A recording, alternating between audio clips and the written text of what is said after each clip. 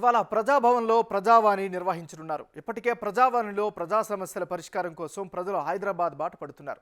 తెలంగాణ రాష్ట్ర వ్యాప్తంగా చిట్టచివరి గ్రామాల నుంచి కూడా ప్రజలు అర్జీలతో అధికారులు ముందుకు వస్తున్నారు.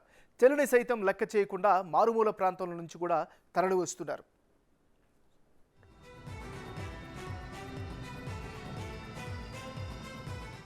మా ఆయనకు పింఛన్ లేదు, మా పరిస్థితి బాగాలేదు. 20-30 ఏళ్ళ నుంచి ఇల్లు కిరాయి కడుతున్నాము.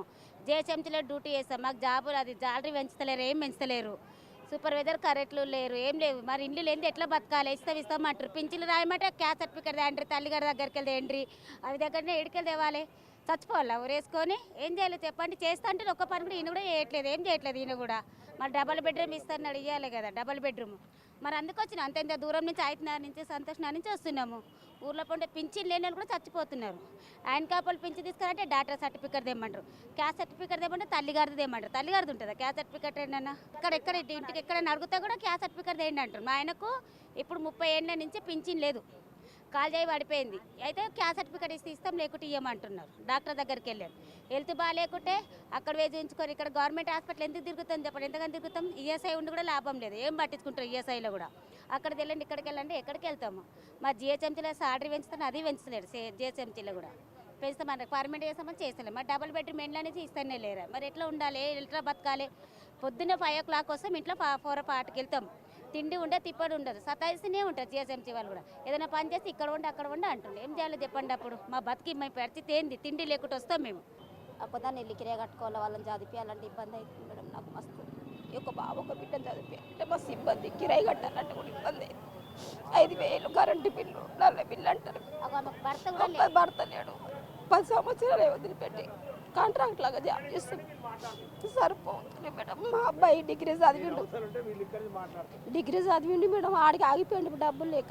లోపలికి వెళ్ళి అధికారులను కలవడం వల్ల నాకు న్యాయం చేస్తామని హామీ ఇచ్చిరు. నేను ఇచ్చిన పేపర్ తీసుకురు, న్యాయం జరుగుతుందని నమ్మకం మాకున్నది.